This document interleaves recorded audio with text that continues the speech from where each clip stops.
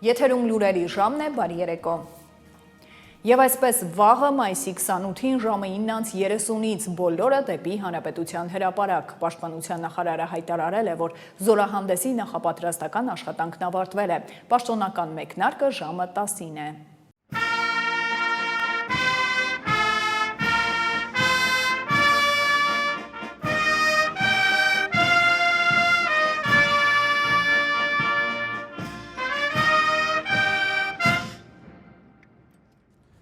Սիրելի հայրենակիցներ, ավարտեցինք զորահանդեսի նախապատրաստության վերջին աշխատանքները։ Վաղը 9:30-ից բոլորից սպասում ենք Հանրապետության հրապարակում։ Եկեք եւ վայելեք Հայաստանի Հանրապետության նոր բանակը, նոր դիմագծով, նոր սպառազինությամբ, նոր հանդերձանքով։ Բոլորից սիրով սպասում ենք Հանրապետության հրապարակում մայիսի 28-ին 9:30-ին։ Շնորհակալ եմ։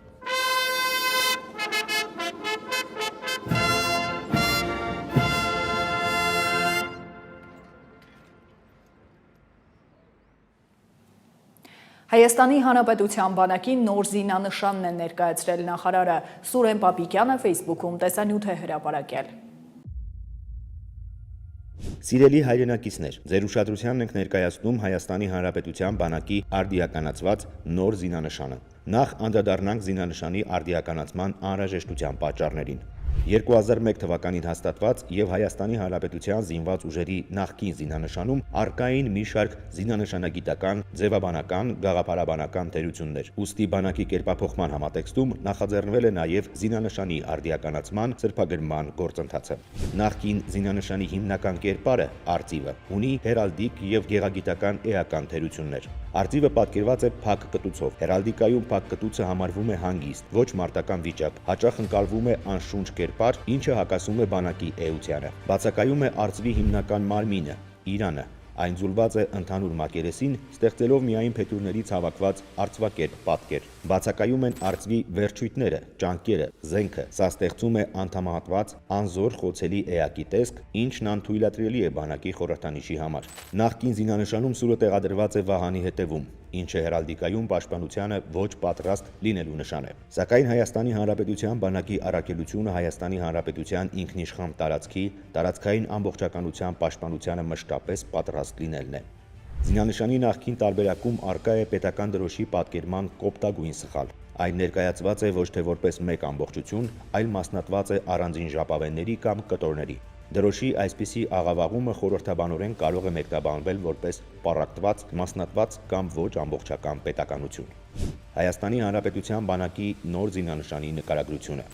Նոր զինանշանի կենտրոնական կերպարը, արծիվը, վերաիմաստավորվել է, պատկերված է լիակատար կենդանի եւ ամբողջական մարմնավորմամբ։ Հստակ երևում են գլուխը, մարմինը, թևերը եւ ճանկերը, հաղթահարելով նախկին զինանշանի բացթողումները։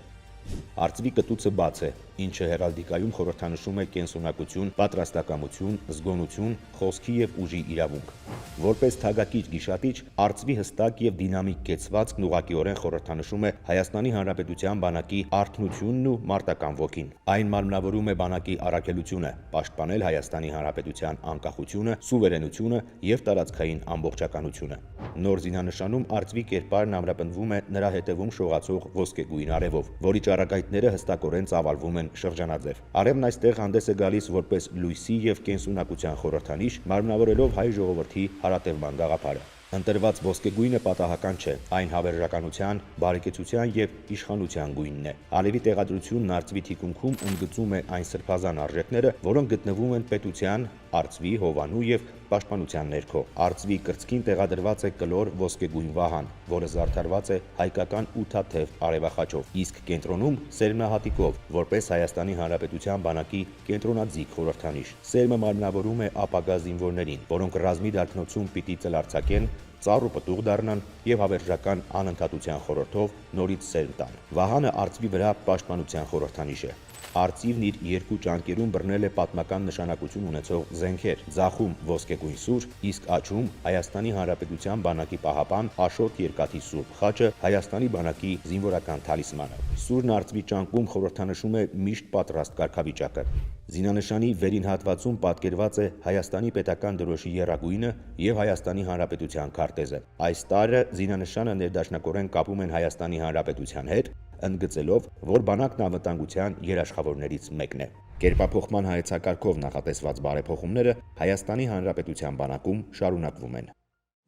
Հայաստանը Ռուսաստանից վառելիքի և չմշակված ադամանդի մատակարարումների համաձայնագրի չեղարկման սպառնալիքով որևէ նամակ չի ստացել։ Ռուսական կոմերսանտ պարբերականը տեղեկություն է տարածել, իբր Ռուսաստանը Հայաստանին սպառնացել է միակողմանիորեն կասեցնել կամ չեղյալ հայտարարել գազի, նավթամթերքի և չմշակված ադամանդի մատակարարումների մասին համաձայնագիրը, եթե երկիրը շարունակի Եվրամիությանն անդամակցելու գործընթացը։ Պարբերականը գրել է, թե Ռուսաստանի էներգետիկայի նախարարը մայիսի 25-ին նման բովանդակությամբ նամակ է ուղարկել Հայաստանի տարածքային կառավարման և ենթակառուցվածքների նախարարություն։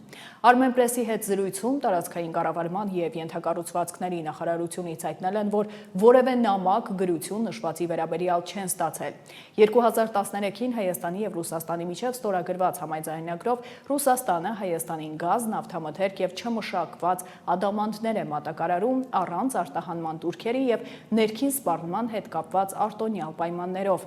Ըստ կոմերսանտի հրապարակման, եթե համաձայնագիրը դադարեցվի, Հայաստանը պարտավոր կլինի Ռուսաստանին փոխհատուցում վճարել կամ չվճարված գումարները կճանաչվեն որպես Հայաստանի պետական պարտք Ռուսաստանին։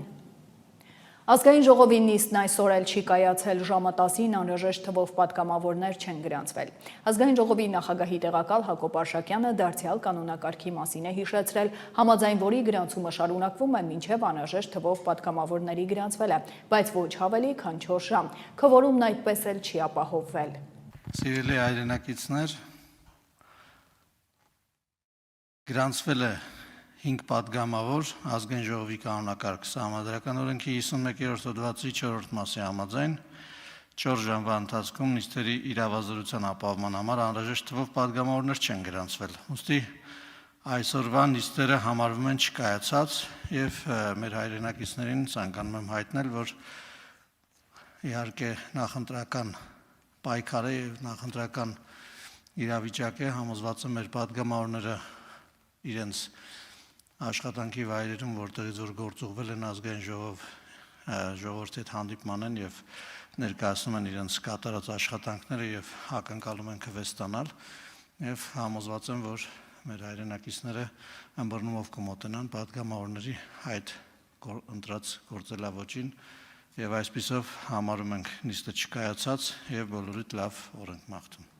Առաջին անգամ վարորդական իրավունքից զրկված անձը 1 տարի անց կարող է ստանալ այն առանց քննությունների և 50,000 դրամ վճարելով։ Կառավարության նիստում ներքին գործերի նախարարն է հայտարարել։ Արփինե Սարգսյանը ներկայացրել է վարորդական իրավունքից զրկված անձանց վարորդական իրավունքի վերականգնման մոդելի փոփոխության մասին որոշման նախագիծը։ Նախարարը հիշեցրել է, որ այս պահին վարորդական իրավունքից զրկման ժամկետի ավարտից հետո վերականգնումն իրականացվում է քննությունների միջոցով, անկախ այն հանգամանքից, թե զրկումն առաջին անգամ է կիրառվել թե ոչ։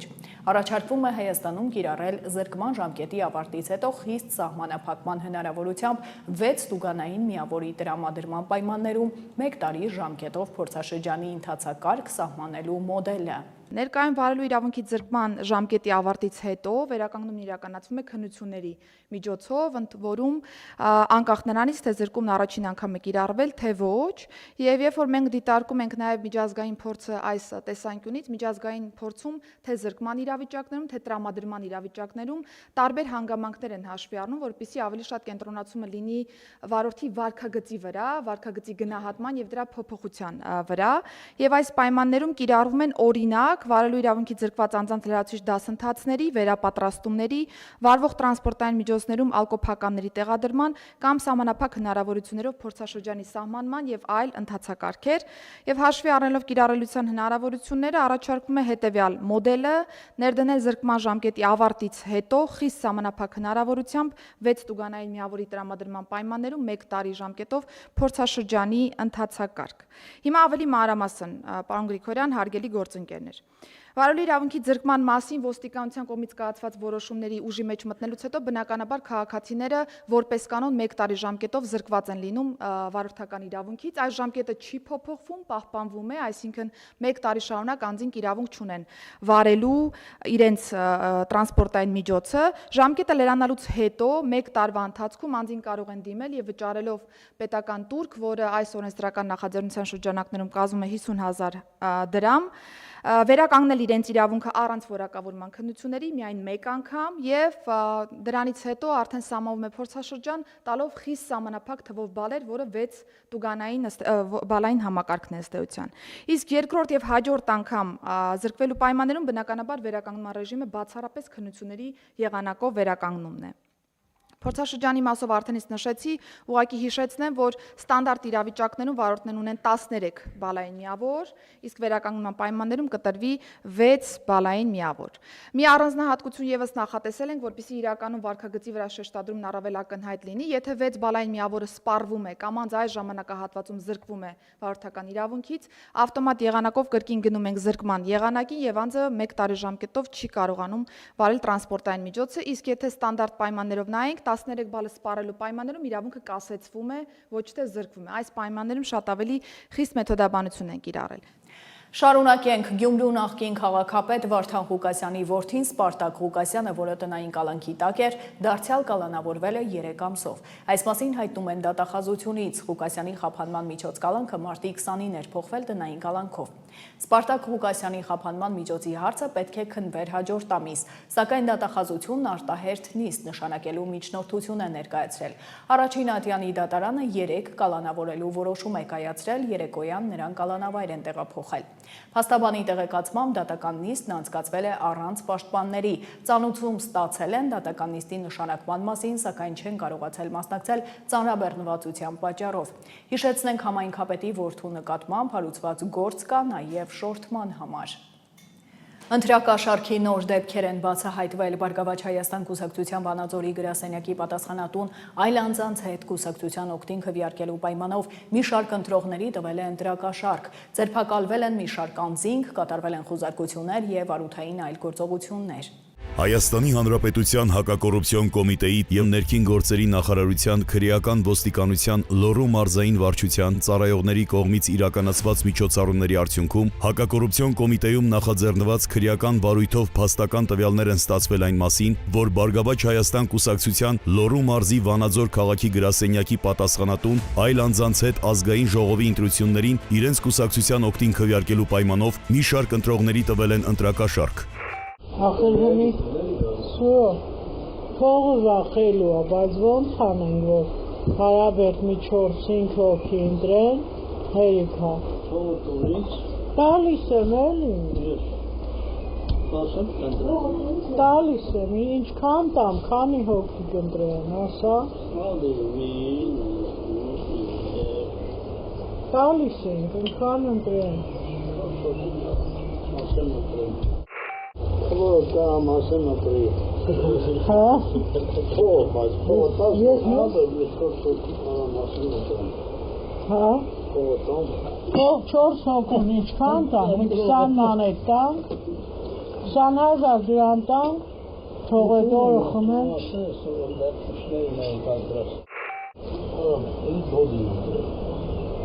Հա, չոջան, մենք ընդիմատ չենք ֆինանչում, գնանք բռնվեն։ Ասանը շատ է, ինչ քիչ է։ 20,000 դրամ քարաբերցին մայն տալի, մի 10 հոգի էլ իսկի ես թմանում, 50 էլ իսկի եմ։ Քարաբերցին տիրեք, որտոսին ալեկան։ Դե 4 հոգում 20 հաշվին կան։ Ով։ Ես չեմ կարատան։ Հա, 20 մանետ նրանց, 50 քեզ, մի 20 էլ կտամ, 5 Սիլվային կտաս, են էլ կտեն ասում ինչ անելու է, էդ ինչ տարա։ 90-100 մանետ կտամ քեզ։ Հա, չէ, 100 մանետ կտամ քեզ։ Էսա կորը գնամ տեն փողերը։ Տոշն է լավ չէ, դուք հուժ որդին տես բաժանին, 50-ը քունն ա դիան, 425-ը քունը, դե քուզորդին, նայ, մի վերջի դոկը ցույց տամ նոր, ըստ մեր հաշվարկի, որ իմը քունից 400 դիվի, իմը 850-ա, քունը 500 Բայց մի անձին ինչքան կտանք։ Չէ, անձով չի, անձով։ Անձահաշիվ չեն տան։ Մի օրինակ դու ձայն հվակեցիր, դու մի բան կստանաս, մի ակտիվի փող։ Հա։ Նայած քանի անուն, ազգանուն, հեռախոսի համար հաշվը։ Բայց հեռախոսով է թեմայով չխոսը։ Հմի չես կամ մի 15 ձայն հրաշեզվային։ Արտաշատից լի, որ գանոտերեքից էլի, մարզից,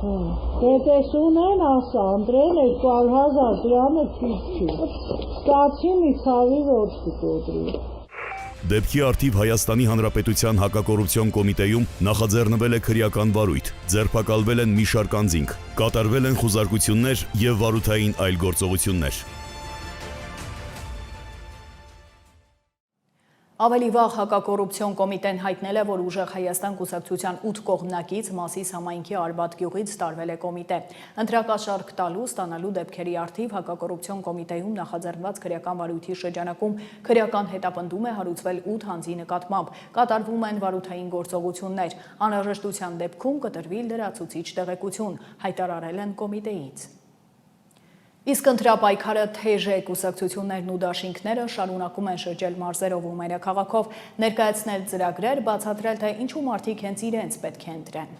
Առաջին համարի ներքո ընտրություններին մասնակցող ռեֆորմիստները շարունակում են քարոզարշավը։ Կուսակցության ներկայացուցիչները շփվում են քաղաքացիների հետ, ներկայացնում իրենց ծրագրերը։ Առանձնացրել են 7 կետ։ Ստեղծված աշխարհաքաղաքական անցումային իրավիճակում ընդունել ազգային անվտանգության նոր հայեցակարգ, ձևավորվող դեմոգրաֆիկ սպառնալիքների պայմաններում մշակել դրա կանխման պետական ծրագիր ներառելով ներգաղթի կազմակերպում, սահմանադրական փոփոխությամբ երկրի ղեկավարի կառավարման ժամանակահատվածը սահմանափակել 1 ժամկետ իսկ երկրի ղեկավարի պաշտոնին հավակնողի համար սահմանել նոր չափանիշներ, Հայաստանի Հանրապետությունում ընտրություններին մասնակցությունը դարձնել պատվավոր պարտականություն, իսկ ընտրագրավի մեխանիզմը փոխարինել ստորագրահավաքով, բարձրագույն կրթությունն ու առողջապահությունը Հայաստանի Հանրապետությունում դարձնել անվճար և զգալիորեն բարձրացնել մանկավարժների, բժիշկների աշխատավարձը, տնտեսության մեջ մեծացնել պետության կարգավորիչ դերը, Հայաստանը դարձնել կարգավորված անվտանգ և գրավիչ կրիպտո կենտրոն տարածաշրջանում ներգրավելով ներդրումներ, ստեղծելով աշխատատեղեր և բարձրացնելով տնտեսության թափանցիկությունը։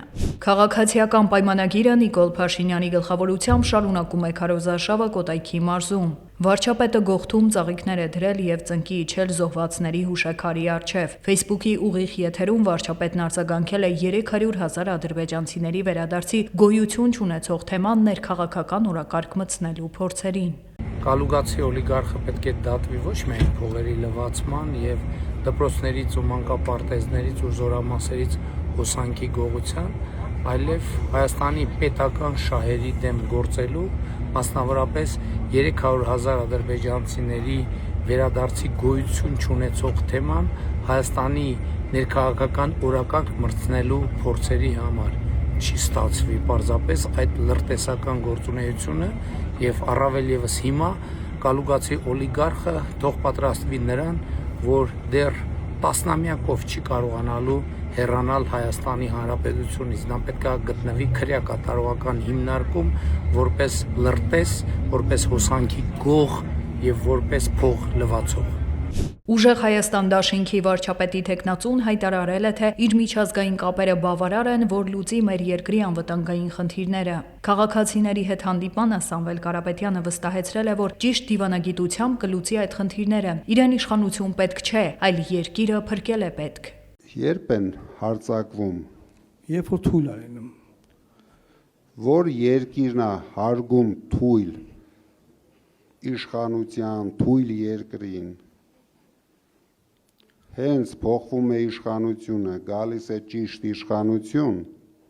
հավատացած եղեք, բոլորի ախորժակները ընկնում է իրենց տեղը, և դուք վստահ եղեք, իմ կապերը, իմ միջազգային կապերը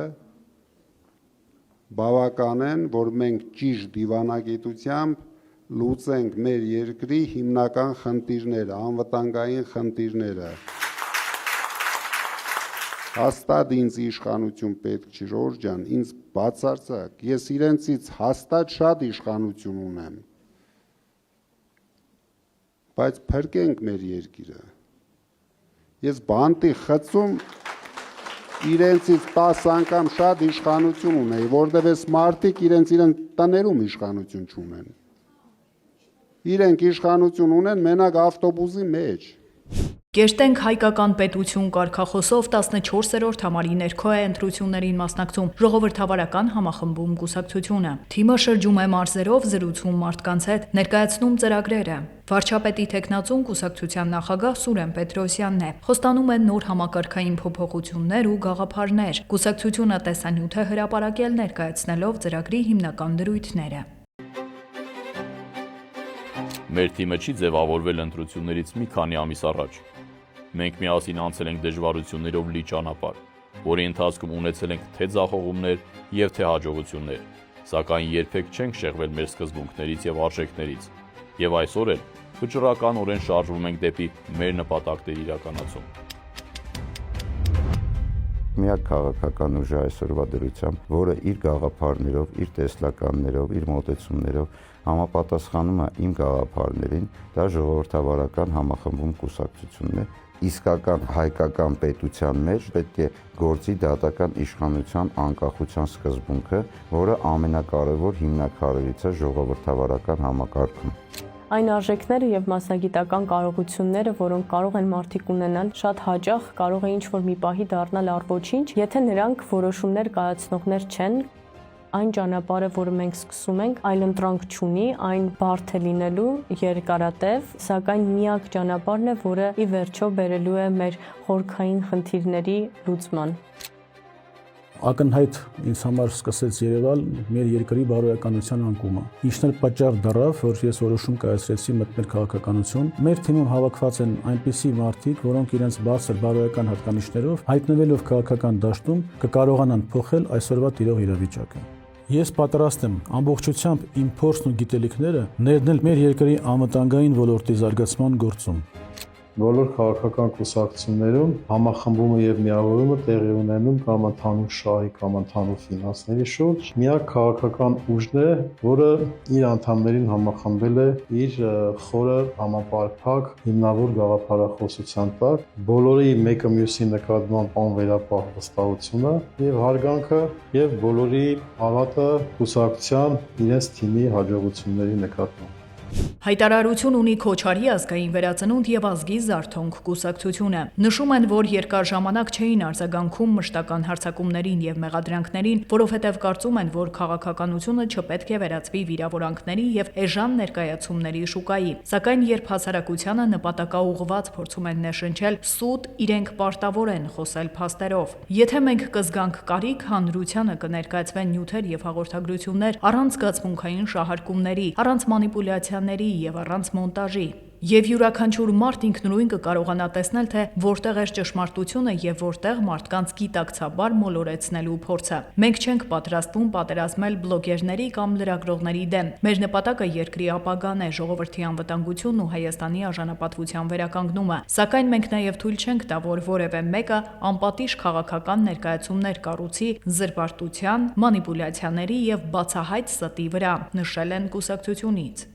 Շնորհապետական կուսակցությունն իրեն իրական այլընտրանքային ուժ է հայտարարում։ Կուսակցության ներկայացուցիչները շրջում են թռուցիկներ բաժանում, լսում քաղաքացիներին ու ներկայացնում իրենց ծրագրերը։ 4-րդ համարն են, վարչապետի թեկնածուն Գուրգեն Սիմոնյանն է։ Ամեն ձեռք սեղմում եւ ջերմ խոսք մեզ ավելի է մոտեցնում հզոր ու անկախ Հայաստանի տեսլականին։ Մենք չենք հուսահատեցնելու մեզ վստահողներին, հայտարարել է նա։ Հանդիպեցինք, ես երազում եմ, որ ձեզ հանդիպել, եկել եմ ազոր, որ ձեզ անդրել, շաստանից ուսաստանից, որովի խելացի կխղացի, ախտային ժողով։ Առաջ ասված,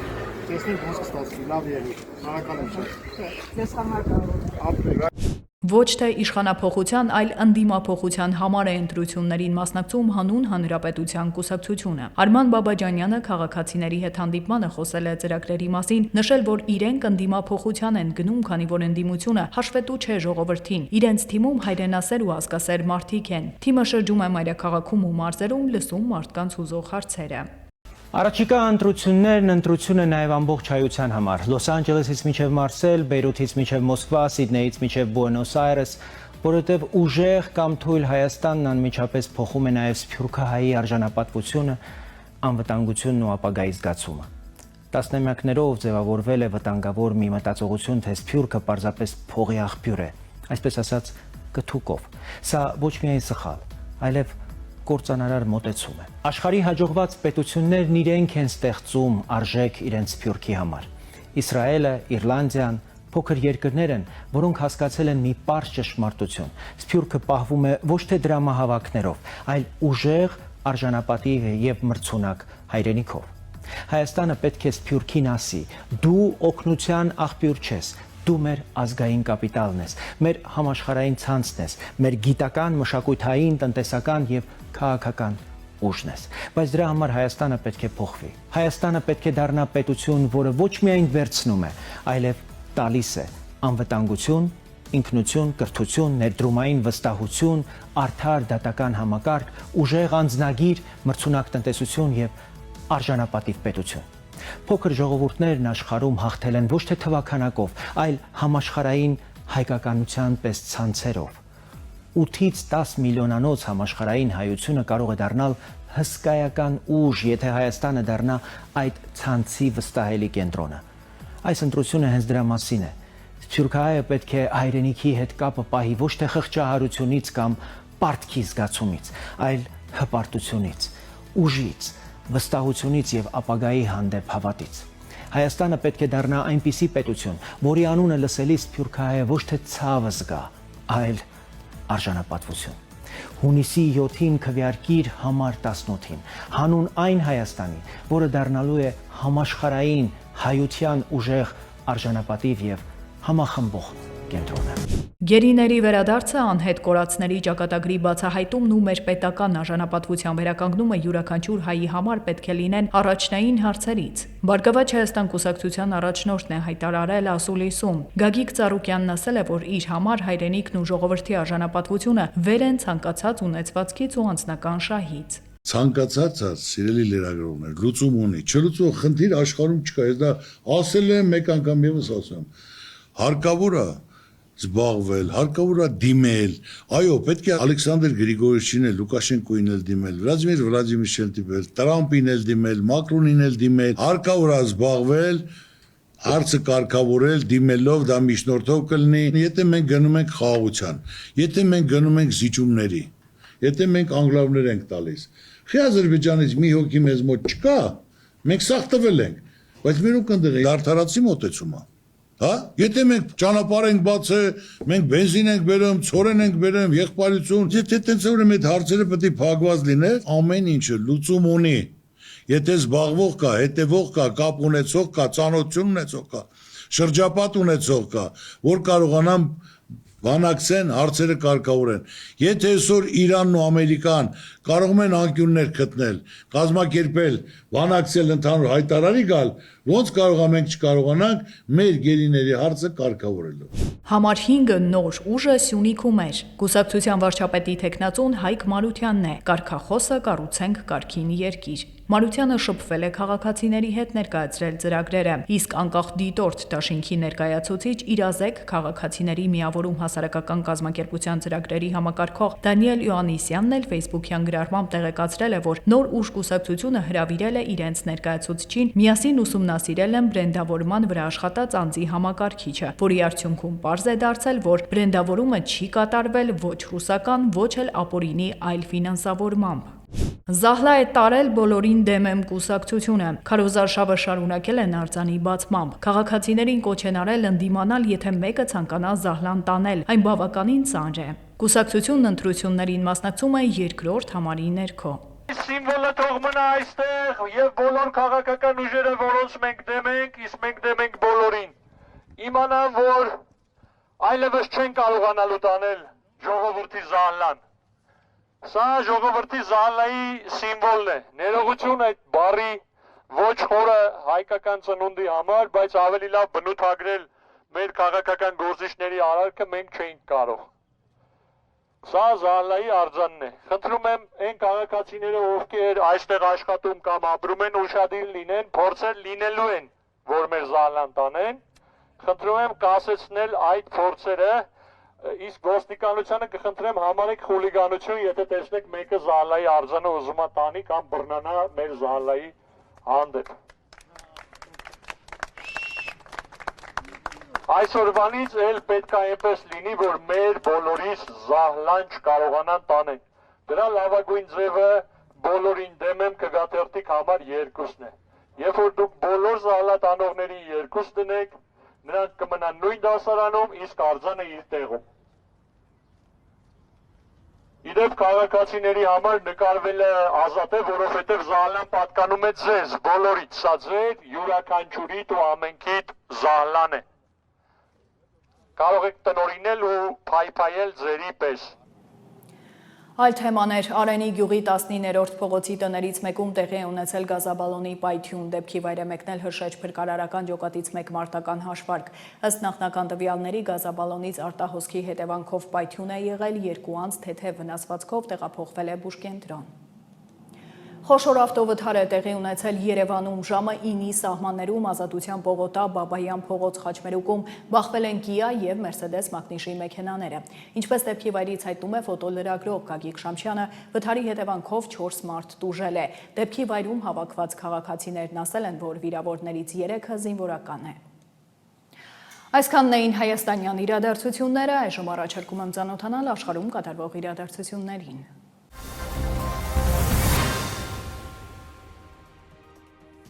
Չինաստանի իշխանությունները շարունակում են ջանքեր գործադրել Իրանի և Միացյալ Նահանգների միջև հակամարտությունը կարգավորելու նպատակով։ Չինաստանի արտաքին գործերի նախարար Վանին հայտարարել է, որ դեռևս խաղաղության վերականգնման հույս կա։ Վանին նկատել է, որ երկար տարիների տարաձայնությունները մեկ օրում լուծել հնարավոր չէ, սակայն բանակցություններում յուրաքանչյուր քայլ առաջ ավելի մեծ հույս է տալիս խաղաղության համար։ Չինաստանի արտաքին գործերի նախարարը հույս է հայտնել, որ Թեհրանը և Վաշինգտոնը կձգտեն հրադադարի և ռազմական գործողությունների դադարեցմանը ու հնարավորինս շուտ կվերադարձնեն խաղաղությունը Մերձավոր Արևելքում։ Նրա խոսքով Չինաստանի իշխանությունները պահում են շփումները հակամարտությանը ներգրավված հիմնական կողմերի, ինչպես նաև տարածաշրջանային և միջազգային հիմնական գործընկերների հետ։ Կուբայի արտաքին գործերի նախարար Բրունո Ռոդրիգես Պարիլյան կոչ է արել միջազգային հանրությանը, մասնավորապես Լատինական Ամերիկայի, Կարիբյան ավազանի և Հարավի երկրներին մոբիլիզացնել ջանքերը կղզում հումանիտար աղետը կանխելու համար։ Հայտարարությամբ նա հանդես է եկել ՄԱԿ-ի անվտանգության խորհրդի մայիսի 26-ի նիստի ընթացքում։ Նախարարը կոչ է արել Լատինական Ամերիկայի և Կարիբյան ավազանի պետություններին գործողություններ ձեռնարկել, պաշտպանելու խաղաղությունն Ամերիկա մայրցամաքում։ Կարիբյան Հանրապետության արտաքին գործերի նախարարը անդրադարձել է ԱՄՆ կառավարության կողմից Կուբայի դեմ տնտեսական շրջափակմանը։ Մասնավորապես նա էներգետիկ էմբարգոն, որը խստացվել է 2026 թվականի սկզբից, անվանել է կուբացի ժողովրդի հանդեպ դաժան հավաքական պատիժ, որը հանգեցնում է մարդկային կորուստների։ Եվրոպական հանձնաժողովի նախագահ Ուրսուլա ֆոն դեր Լայենը հայտարարել է, որ Եվրոպային ապագայում անվտանգության ոլորտում սպասվում են այնպիսի խնդիրներ, ինչպիսին այսօր առերեսվում են Բալթյան երկրները, նրանց օդային տարածքում անօդաչու թռչող սարքերի ներխուժման պատճառով։ Այն, ինչ դուք տեսնում եք այսօր, կարող է վաղը տեղի ունենալ Եվրոպայի մնացած մասում, հայտարարել է ֆոն դեր Լայենը Լիտվայի, Լատվիայի և Էստոնիայի ղեկավարների հետ կայացած մամուլի ասուլիսում։ Նրա խոսքով Եվրամիությունը մտադիր է աշխատել իր անվտանգության համակարգում առկա խնդիրների վերացման ուղղությամբ։ Ամերիկացի զինվորականները հերթական հարվածն են հասցրել մի նավի, որը Խաղաղ օվկիանոսի արևելյան մասում ենթադրաբար օգտագործվել է թմրամաքսանենգության համար։ Այս մասին հաղորդել է ԱՄՆ զինված ուժերի հարավային հրամանատարությունը։ Հետախուզությունը հաստատել է, որ նավն ընթանում էր Խաղաղ օվկիանոսի արևելյան մասում թմրանյութերի մաքսանենգության հայտնի երթուղիներով և օգտագործվել է թմրանյութերի ապօրինի շրջանառության համար։ Հայտնել է հրամանատարությունը X-ում հավելելով, որ հարվածի հետևանքով զոհվել է 1 մարդ, երկուսը ողջ են մնացել։ Ամերիկացի զինծառայողներ չեն տուժել։ Մեկ մարդ զոհվել, եւս 9 անհետ կորած են համարվում Վաշինգտոն նահանգի հարավում գտնվող Լոնգվյու քաղաքի թղթի եւ ցելյուլոզի գործարանում տեղի ունեցած պայթյունի հետևանքով։ Հրշեջ ծառայության տվյալներով միջադեպի հետևանքով տուժել է 8 աշխատող եւ 1 հրշեջ։ Տուժածները տեղափոխվել են տեղի բժշկական կենտրոն, որտեղ նրանցից մեկը մահացել է։ Նախնական տվյալների համաձայն գործարանում պայթել է ռեզերվուարը լցված նատրիումի հիդրոքսիդ եւ նատրիումի սուլֆիդ պարունակող քիմիական լուծույթով, որը լայնորեն օգտագործվում է թղթի եւ մանրաթելի արտադրության մեջ։ Իշխանությունները հայտարարել են, որ հանրության համար անմիջական սպառնալիք չկա, սակայն ռեզերվուարի անկայուն վիճակը վտանգավոր պայմաններ է ստեղծում արտակարգ ծառայությունների աշխատակիցների համար։ Լիբանանի առողջապահության նախարարությունը հայտարարություն է տարածել, որում նշվում է, որ իսրայելական ուժերի ավիահարվածների հետևանքով զոհվել է 31 մարդ, 40 մարդ վիրավորվել է։ Այս մասին հաղորդում է Լիբանանի ազգային լրատվական գործակալությունը։ 14 մարդ, այդ թվում 3 երեխա զոհվել է Լիբանանի հարավում գտնվող Բուրջ աշ-Շամալի բնակավայրում։ Բացի այդ, Սուրի շրջանում մայիսի 27-ի առավոտյան իսրայելական հարձակումներից զոհվել է 2 մարդ։ Արմատական Հեզբոլա շարժումը հայտարարել է, որ այսօր հարձակողական անօդաչու թռչող սարքերով Լիբանանի հարավում իսրայելական ուժերին պատկանող 3 տանկ եւ 2 մեքենա է թիրախավորել։ Իսրայելական բանակը նաեւ Լիբանանի հարավում տասնյակ բնակավայրերի բնակիչներին հրաման է տվել տարհանվել։ Արմինե Գևորգյան, Update լրատվական։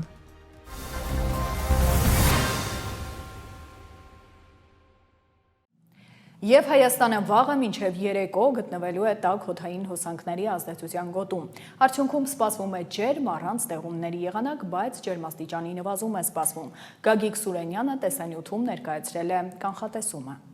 Հայ հիդրոմետի կանխատեսումների համաձայն այսօր ողջ օրվա ընթացքում եւ վաղը մինչեւ երեկո Հայաստանը գտնվելու է հարավարևմտյան արևադարձային տաք օդային հոսանքների ազդեցության գոտում, ինչի արդյունքում հանրապետության ողջ տարածքում սպասվում է ջերմ եւ առանց տեղումների եղանակ։ Վաղը ուշ երեկոյան ժամերից մայիսի 29-ին եւ 30-ին մեր երկիրը գտնվելու է սև ծովից ներթափանցող ցիկլոնի ազդեցության գոտում, ինչի արդյունքում վաղը ուշ երեկոյան մայիսի 29-ին եւ 30-ին հանրապետության առանձին շրջաններում սպասվում են ամպրոպային բնույթի կարճատև անձրևներ, ամպրոպների ժամանակահամ ուժգնացում մինչև 20 մետր վարկյան արագությամբ։ Օդի ջերմաստիճանը այսօր եւ վաղը կբարձրանա 2-ից 4 աստիճանով, բայց մայիսի 29-ից 30-ը ընկած ժամանակահատվածում հյուսիս-արևմուտքից կներթափանցեն արկտիկական սուր օդային հոսանքներ, ինչի արդյունքում օդի ջերմաստիճանը կնվազի 8-ից 10 աստիճանով։ Մայիսի 31-ից հունիսի 1-ն ընկած ժամանակահատվածում տեղումները կրկին կդադարեն եւ օդի ջերմաստիճանը որքան որ նվազել էր, այդքան էլ կբարձրանա։ Այսքանը դուք դիտում եք Update լրատվականը, հաջողություն։